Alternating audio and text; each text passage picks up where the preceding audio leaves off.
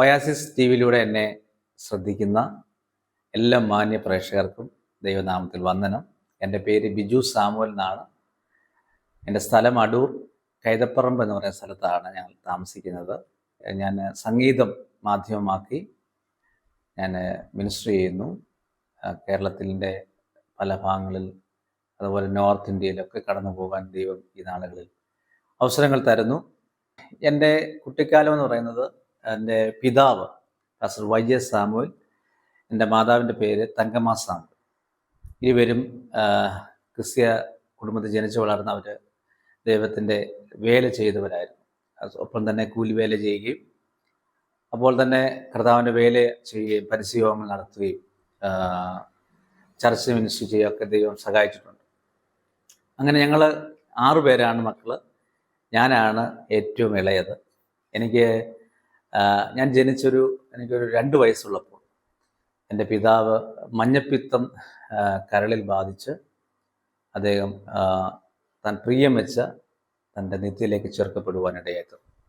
അപ്പോൾ അതിനുശേഷം ഒത്തിരി പ്രതിസന്ധിയിൽ കൂടെ ഒക്കെ ഞങ്ങൾ പോകുവാനിടയായിരുന്നു. എൻ്റെ മാതാവ് ഞങ്ങളെ ഒരുപാട് കഷ്ടതയിൽ കൂടെ പിന്നീട് കടന്നു പോകാനിടയായിരുന്നു. എൻ്റെ മാതാവ് അതുവരെ, എൻ്റെ പിതാവുള്ളപ്പോൾ എൻ്റെ മാതാവ് മറ്റു പ്രശ്നങ്ങളൊന്നും അനുഭവിച്ചിട്ടില്ല. എന്നാൽ എൻ്റെ പിതാവിൻ്റെ മരണശേഷം എൻ്റെ മാതാവ് ഞങ്ങളെ വളർത്തുവാൻ ഒത്തിരി ബദ്ധപ്പാടുകൾ സഹിക്കുവാനിടയായിരുന്നു. എൻ്റെ സഹോദരങ്ങൾ, മൂത്ത സഹോദരൻ പാസ്റ്റർ അനിയൻ സാമുവൽ, അദ്ദേഹം ഡൽഹിയിൽ ഒരു കർത്താവിൻ്റെ വേല ചെയ്യുന്നു. അതിൻ്റെ മൂത്ത ആൾ രാജു എന്നാണ് പേര്. അദ്ദേഹം ഇവിടെ നാട്ടിൽ ജോലി ചെയ്യുന്നു. എൻ്റെ സഹോദരിമാർ ലീലാമ്മ, അമ്മിണി, അവരൊക്കെ നാട്ടിൽ തന്നെ വിവിധ സ്ഥലങ്ങളിലായിരിക്കുന്നു. എൻ്റെ നേരെ ജ്യേഷ്ഠൻ ജോസ്, അദ്ദേഹം മറ്റൊരു മിനിസ്ട്രി ആയിട്ട് നാട്ടിലായിരിക്കുന്നു. അപ്പോൾ ഞാനും കുടുംബമായിട്ട് ഇപ്പോൾ വീട്ടിലാണ്. ഞാൻ പറഞ്ഞല്ലോ, എൻ്റെ പിതാവിൻ്റെ മരണശേഷം ഞങ്ങളുടെ ഈ സഹോദരങ്ങളെ വളർത്തുവാൻ മാതാവ് ഒരുപാട് കഷ്ടപ്പാടുകൾ ഏൽക്കേണ്ടി വന്നു. മാതാവ് പിന്നീട് ഒരുപാട് ജോലിക്ക് ഇറങ്ങുവാനിടയായി തീർന്നു. പാറമടയിൽ ജോലി ചെയ്യുവാനിടയായി തീർന്നു. അതുപോലെ അതിൻ്റെ എല്ലാം കാരണം എന്ന് പറയുന്നത്, കശുവണ്ടി ഫാക്ടറി ജോലി ചെയ്തു.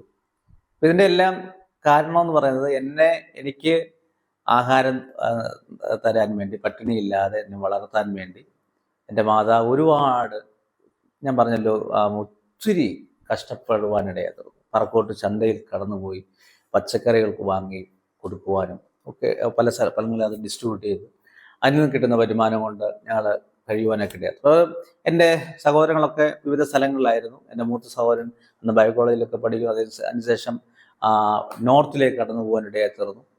അങ്ങനെ എൻ്റെ സഹോദരങ്ങളൊക്കെ പല പല ഇടങ്ങളിലായി. ഒടുവിൽ ഞാനും മാതാവുമായിട്ട് വീട്ടിലാകുവാനിടയായി തീർന്നു. അങ്ങനെ എന്നെ വളർത്തുവാൻ ഒത്തിരി ബുദ്ധിമുട്ടുകൾ മാതാവ് അനുഭവിക്കുവാനിടയായി തീർന്നു. അപ്പോഴൊക്കെ അന്നേരം എനിക്കൊരു കഴിവ്, പാട്ട് പാടാനുള്ളൊരു കഴിവുണ്ട്.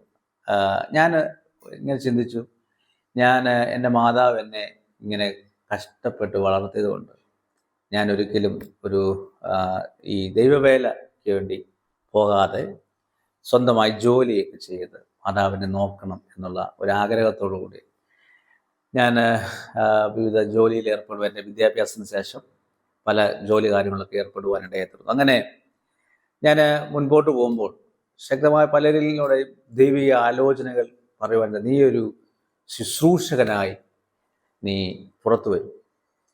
എന്നോട് ആദ്യമായിട്ട് അങ്ങനെ ഒരു ദൂത് പറയുന്നത് എൻ്റെ ഒരു കസിൻ സിസ്റ്ററാണ്.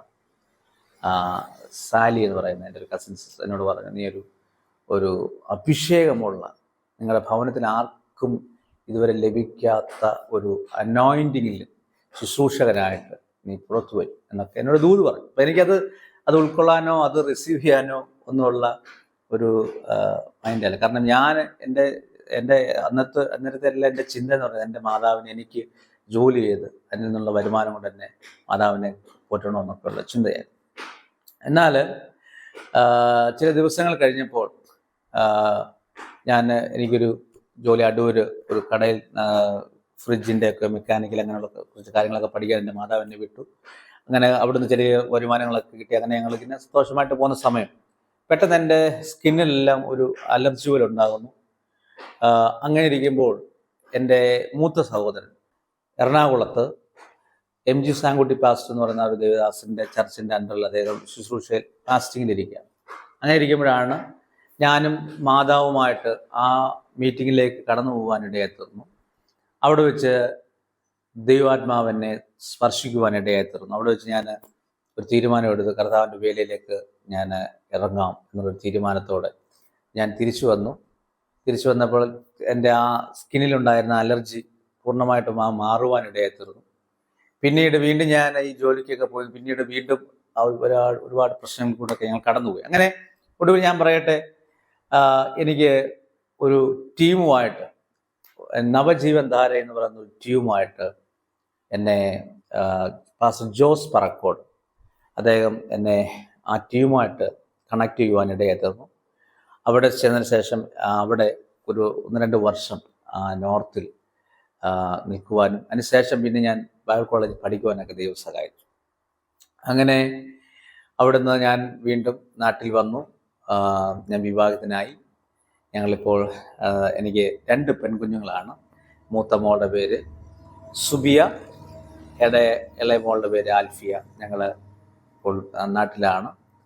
അപ്പം ഞങ്ങൾ നാട്ടിൽ പല ഈ ശുശ്രൂഷയിലൊക്കെ ആയിരിക്കുമ്പോഴൊക്കെ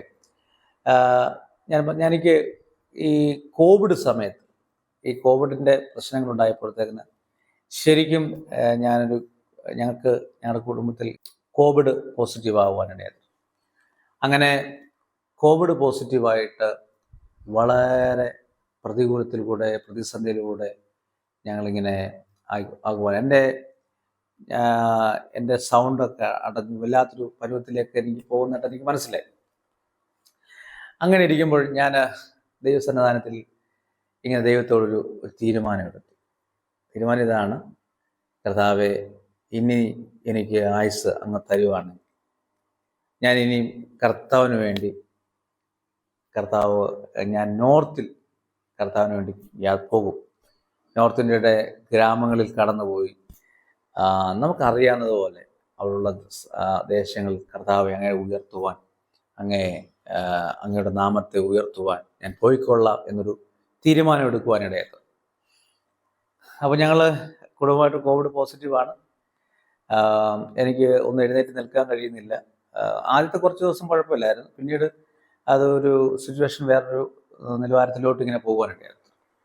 അപ്പോൾ ഞാൻ എഴുന്നേറ്റ് നിൽക്കാൻ കഴിയാത്തൊരവസ്ഥ വരുന്നു, സംസാരിക്കാൻ കഴിയാത്ത അവസ്ഥ വരുന്നു. അപ്പോൾ അങ്ങനെ ഇരിക്കുമ്പോഴാണ് ഞങ്ങൾ ഈ പൗരുഷൻ TV വെച്ചുകൊണ്ടിരിക്കുകയാണ്. ആ സമയത്ത് ആ പൗരുഷനിലൂടെ അനീഷ് തോമസ് എന്ന് പറയുന്നൊരു ദേവദാസൻ, എല്ലാവർക്കും അറിയാവുന്ന ദേവദാസനാണ്.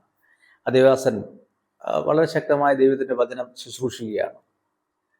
ആ സമയത്താണ് ഞാനിങ്ങനെ ഈ തീരുമാനം എടുക്കുന്നത്, കർത്താവെ ഞാൻ നോർത്തിലേക്ക് കടന്നു പോകാമെന്നൊക്കെയുള്ള തീരുമാനത്തോടെ ഇങ്ങനെ ഇരിക്കുമ്പോൾ ഈ ദേവദാസൻ പറഞ്ഞു, ഇന്ന് ചില കോവിഡ് രോഗികൾ സൗഖ്യമാവുകയാണ്.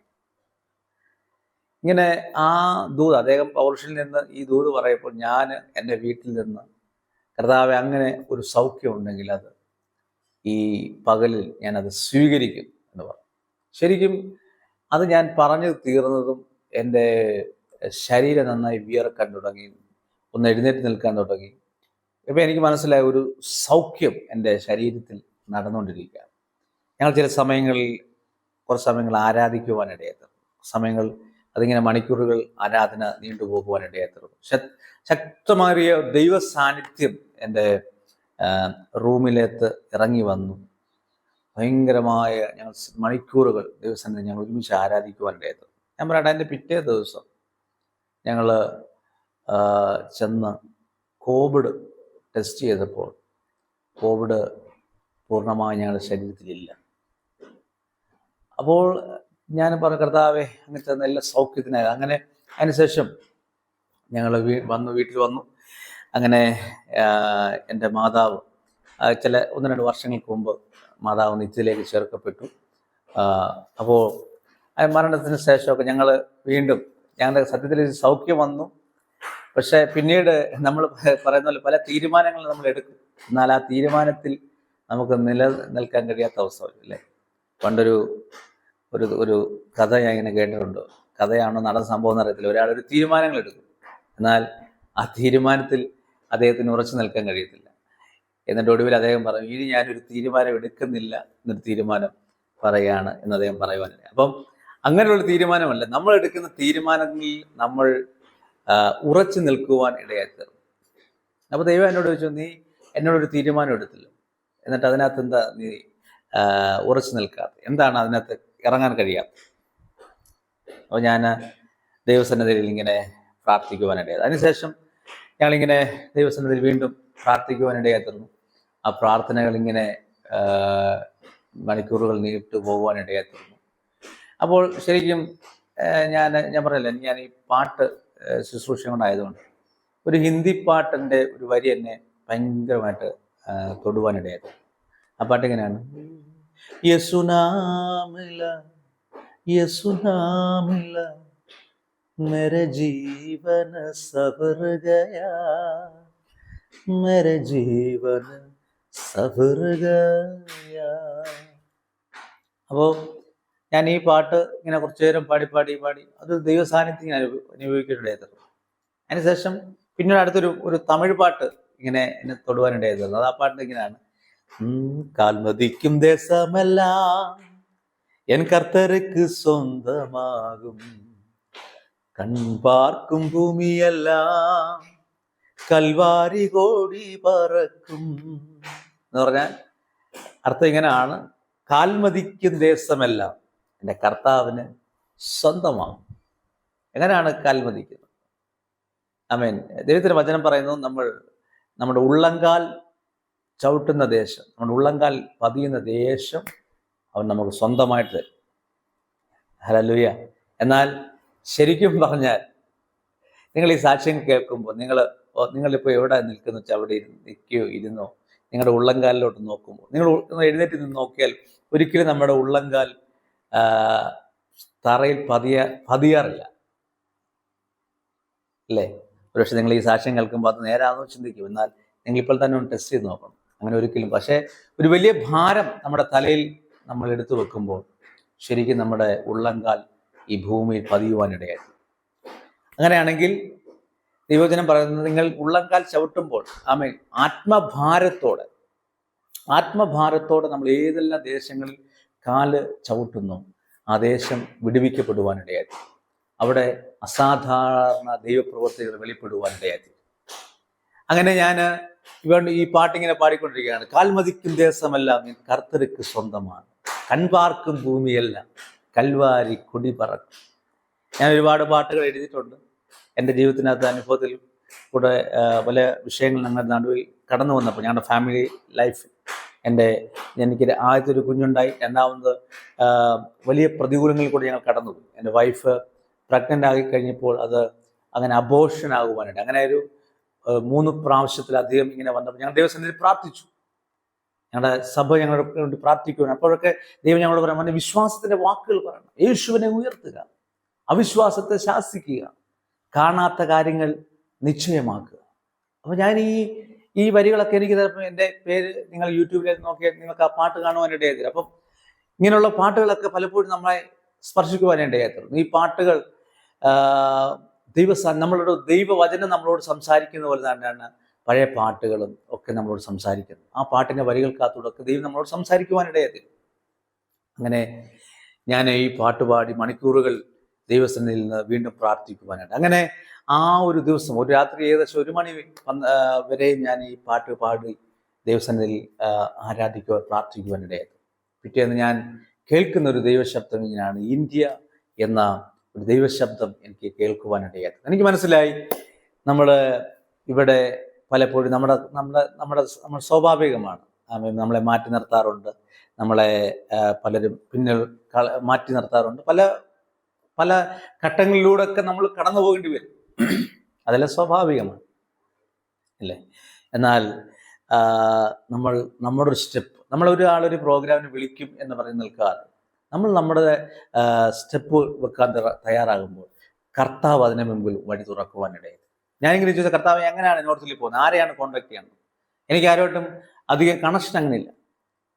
പക്ഷേ ഞാൻ അങ്ങനെ ഒരു തീരുമാനമെടുത്ത് സ്റ്റെപ്പ് വെക്കാൻ തുടങ്ങിയപ്പോൾ കർത്താവ് അതിനുവേണ്ടി മുമ്പിൽ വഴികൾ തുറക്കുവാനിടയത്. കർത്താവിൻ്റെ ദാസൻ ബിജു ചാൻ എന്ന് പറയുന്ന കർത്താവിന് അനുഗ്രഹിക്കപ്പെട്ട അച്ചായൻ, പ്രിയ ബിജു ജോൺ എന്ന് പറയുന്ന ദേവദാസൻ, അദ്ദേഹം മഹാരാഷ്ട്രയിൽ ബ്ലസ് ഇന്ത്യ എന്ന അനുഗ്രഹിക്കപ്പെട്ട ഒരു സഭയുടെ ശുശ്രൂഷകനാണ്. അദ്ദേഹത്തിൻ്റെ മേൽ ദൈവം ഇങ്ങനെ ഒരു നിയോഗത്തെ കൊടുക്കുവാനിടയായി. ഞാനും പ്രിയച്ചാനുമായി ഈ കാര്യങ്ങൾ സംസാരിക്കുമ്പോൾ എന്നോട് പറഞ്ഞു, ധൈര്യമായിട്ട് നമുക്ക് കാര്യങ്ങൾ ചെയ്യാം, ധൈര്യമായിട്ട് കയറുക. അങ്ങനെ എന്നോടൊപ്പം കീബോർഡ് വായിക്കുന്ന പ്രിയ ബിജോയ്, മാക്സ് എന്ന് പറയുന്ന ദേവദാസ്, ഞങ്ങൾ ഒരുമിച്ച് ഈ മീറ്റിങ്ങിൽ ഞങ്ങൾ നോർത്തിലേക്ക് കടന്നു ചെല്ലുവാനിടയായിരുന്നു. കഴിഞ്ഞ 10 മാസമായി 10-12 മാസങ്ങളായി എല്ലാ മാസവും ഒരു 10 ദിവസം 12 അങ്ങനെയുള്ള ആ ഒരു ദിവസങ്ങൾ ഞങ്ങൾക്ക് നോർത്തിൽ കടന്നു പോകാനും അവിടെയുള്ള വേലയെ കാണുവാനും അവിടെയുള്ള ഗ്രാമങ്ങളിൽ കടന്നു പോകാനൊക്കെ ദൈവം അവസരങ്ങൾ തന്നുകൊണ്ടിരിക്കുക.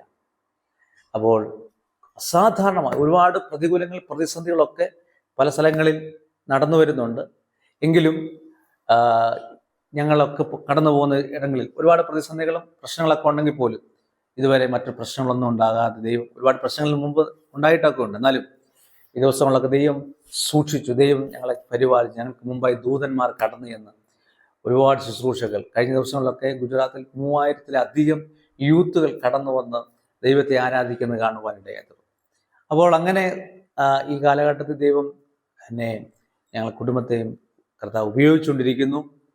അപ്പോൾ ഞാൻ പറഞ്ഞത്, ദൈവത്തിനൊന്നും അസാധ്യമല്ല. എൻ്റെ സാക്ഷി നിങ്ങൾ കേൾക്കുമ്പോൾ ഒരുപക്ഷെ നിങ്ങൾ ചിന്തിക്കും, കർത്താവ് നാളത്തെ കാര്യം എങ്ങനെയാണ്, ഞാൻ എങ്ങനെയാണ് ആയിത്തീരുന്നത് അല്ലേ? എന്നാൽ ദൈവത്തിൻ്റെ വചനം പറയുന്നു, എന്താണ്, കാക്കകളെ നോക്കുവിൻ, അവ കൊയ്യുന്നില്ല, കളപ്പുരയിൽ കൂട്ടിവെക്കുന്നില്ല, ഒന്നും ചെയ്യുന്നില്ല, പക്ഷെ ദൈവം അവയെ പുലർത്തുന്നു. എൻ്റെ കർത്താവ് പറഞ്ഞു, നിങ്ങൾ അവരെക്കാൾ എത്ര വിശേഷതയുള്ളവരാണ്. അതുകൊണ്ട് ഈ സാക്ഷി നിങ്ങൾ ഒരുപക്ഷെ നിങ്ങൾ യാത്ര ചെയ്യുമ്പോൾ നിങ്ങൾ കാണാം, നിങ്ങൾ റൂമിലിരുന്ന് തന്നെ ഈ സാക്ഷ്യം കാണാം. നിങ്ങൾ എവിടാണോ നിങ്ങൾ അവിടെ ഇരുന്നാലും ഈ സാക്ഷ്യങ്ങൾ നിങ്ങൾ കാണുമ്പോൾ നിങ്ങൾ ചിന്തിക്കുക, നിങ്ങളുടെ ലൈഫിൽ അസാധ്യമായ ഒന്നുമില്ല. കർത്താവ് നിങ്ങൾക്ക് മുമ്പിൽ വഴികൾ തുറക്കുവാനിടയായി. അതുകൊണ്ട് ഈ ദിവസങ്ങളിൽ പ്രാർത്ഥിക്കുക. കർത്താവിന് അസാധ്യമായ ഒന്നുമില്ല. ഞാൻ എൻ്റെ സാക്ഷ്യം പറഞ്ഞല്ലോ, ഞാൻ പറഞ്ഞ ആ തുടക്കത്തിൽ പറഞ്ഞ ഒരു ചെറിയ ഗ്രാമമാണ് ഞങ്ങളുടെ കേരപ്പുറം എന്ന് പറയുന്നത്. എൻ്റെ മുമ്പിൽ നോർത്ത് ഇന്ത്യയുടെ സംസ്ഥാനങ്ങൾ തുറന്നത്, രാജ്യങ്ങളുടെ വാതിൽ തുറന്നത്, ആമേൻ, 2010 ഞാൻ അഭിഷേകത്താൽ നിറഞ്ഞപ്പോഴാണ്. അഭിഷേകം എന്നെ തൊട്ട് കഴിഞ്ഞപ്പോഴാണ് എൻ്റെ മുമ്പിൽ ശുശ്രൂഷയുടെ വാതിലുകൾ ഓപ്പണായി. ഇന്ന് വരെ നിന്റെ ശുശ്രൂഷയിൽ നീ ഡ്രൈനസ് അനുഭവിക്കുകയാണ്. നിന്റെ മേഖലയ്ക്കകത്ത്, ഫിനാൻഷ്യൽ മേഖലയിൽ, നിന്റെ ഏതെല്ലാം സാഹചര്യത്തിൽ നിങ്ങൾ പ്രതികൂലങ്ങളിൽ കൂടെ, പ്രതിസന്ധിയിൽ കൂടെ കടന്നു പോവുകയാണ്, ഭാരപ്പെടേണ്ട, നീ കർത്താവിൽ ആശ്രയിക്കും. എൻ്റെ പിതാവ് മരിച്ചപ്പോൾ എൻ്റെ അമ്മയോട് ദൈവം പറഞ്ഞൊരു വേടുണ്ട്, നിന്റെ ഭാരം എൻ്റെ മേൽ ഇട്ടുകൊള്ളുക, ഞാൻ എന്നെ പുലർത്തും. അതെ, ഈ മീഡിയയിലൂടെ ഇന്ന് ഞാൻ ഇവിടെ ഇരുന്ന് എൻ്റെ ഭവനത്തിലിരുന്ന് നിങ്ങൾക്ക് കൈമാറുകയാണ്. നിങ്ങൾ ഏതെങ്കിലും വിഷയങ്ങളിലൂടെ കടന്നു പോകുന്നവരാണെങ്കിൽ നിങ്ങളുടെ ഭാരം യഹോവയുടെ മേൽ വെക്കുക, അവൻ നമ്മെ പുലർത്തുവാൻ ശക്തനാണ്. അതുകൊണ്ട് ഈ സാക്ഷി നിങ്ങളുടെ ജീവിതത്തിൽ അനുഗ്രഹമായെന്ന് ഞാൻ വിശ്വസിക്കുന്നു. വിശേഷാൽ ഞങ്ങളെ ഓർത്ത് പ്രാർത്ഥിക്കുക. ഒരുപാട് വേദികളിൽ ഈ ദിവസങ്ങളിൽ ഞാൻ പറഞ്ഞാൽ ഏകദേശം 100-ലധികം ജയിലുകളിൽ പോകുവാൻ ദൈവം അവസരങ്ങൾ തന്നു.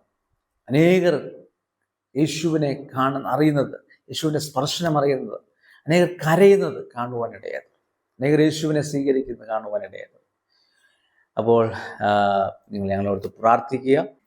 വീണ്ടും ഞങ്ങൾ അടുത്ത നെക്സ്റ്റ് മന്ത്, നമ്മൾ ഈ വർഷം അവസാനിക്കാൻ പോവുകയാണ്.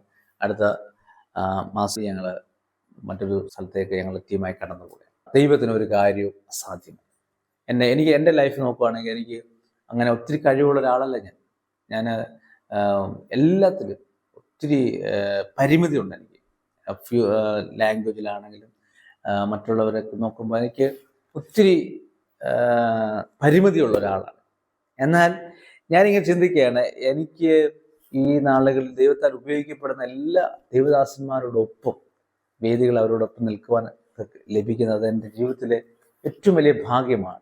എനിക്ക് ഒരുപാട് സമ്പത്തോ കാര്യങ്ങളൊന്നും ഭൗതികമായി നേടിയിരിക്കുന്നു. എനിക്ക് എൻ്റെ എൻ്റെ ശുശ്രൂഷ, എൻ്റെ മേലുള്ള ആ ശുശ്രൂഷകൾ ഞങ്ങളുടെ കുഞ്ഞുങ്ങളിലേക്ക് അത് കൈമാറുവാൻ ദൈവം സഹായിക്കും. എൻ്റെ മൂത്ത മോള് അവൾ അനുഗ്രഹിക്കപ്പെട്ട ഒരു ഗായികയാണ്. അതുപോലെ എൻ്റെ ഇളയ മോള് അവൾ നല്ല ടാലൻ്റുള്ള കുഞ്ഞുങ്ങളാണ്. അങ്ങനെ 2 നല്ല കുഞ്ഞുങ്ങളെ കർത്താവ് ഞങ്ങൾക്ക് തന്നു, നല്ല കുടുംബത്തെ കർത്താവ് ഞങ്ങൾക്ക് തന്നു. എൻ്റെ വൈഫ് സുനിത നന്നായി പ്രാർത്ഥിക്കുകയും എൻ്റെ ശുശ്രൂഷയ്ക്ക് ഭയങ്കര കൈത്താങ്ങലാണ്. സോ നിങ്ങൾ ഞങ്ങൾ പ്രാർത്ഥിക്കുക. നിങ്ങൾക്ക് ഏതെങ്കിലുമൊക്കെ വിഷയങ്ങൾ കൊണ്ട് നിങ്ങൾ ഭാരപ്പെട്ട് നിരാശപ്പെട്ട് ആയിരിക്കുന്നെങ്കിൽ കർത്താവ് നിങ്ങൾക്ക് വേണ്ടി വഴികൾ തുറക്കും. ഞങ്ങളെ വിടുവിച്ച ദൈവം നിങ്ങളെ നടത്തുവാൻ ശക്തനാണ്. ഒരു നാളും നമ്മുടെ തല കർത്താവ് കുനിക്കുവാൻ ഇടയാകത്തില്ല. ദൈവസ്നേഹത്തിൽ ആശ്രയിക്കുക. ദൈവം നമ്മെ പുലർത്തുവാൻ ഇടയായിത്തീരും. ഈ ഒയാസിസ് ടിവിയിലൂടെ എൻ്റെ സാക്ഷ്യം നിങ്ങൾക്ക് അനുഗ്രഹമായി തീർന്നെങ്കിൽ അത് മറ്റുള്ളവരെ ഷെയർ ചെയ്യുക. കർത്താവ് നമ്മെ അനുഗ്രഹിക്കട്ടെ. God bless you.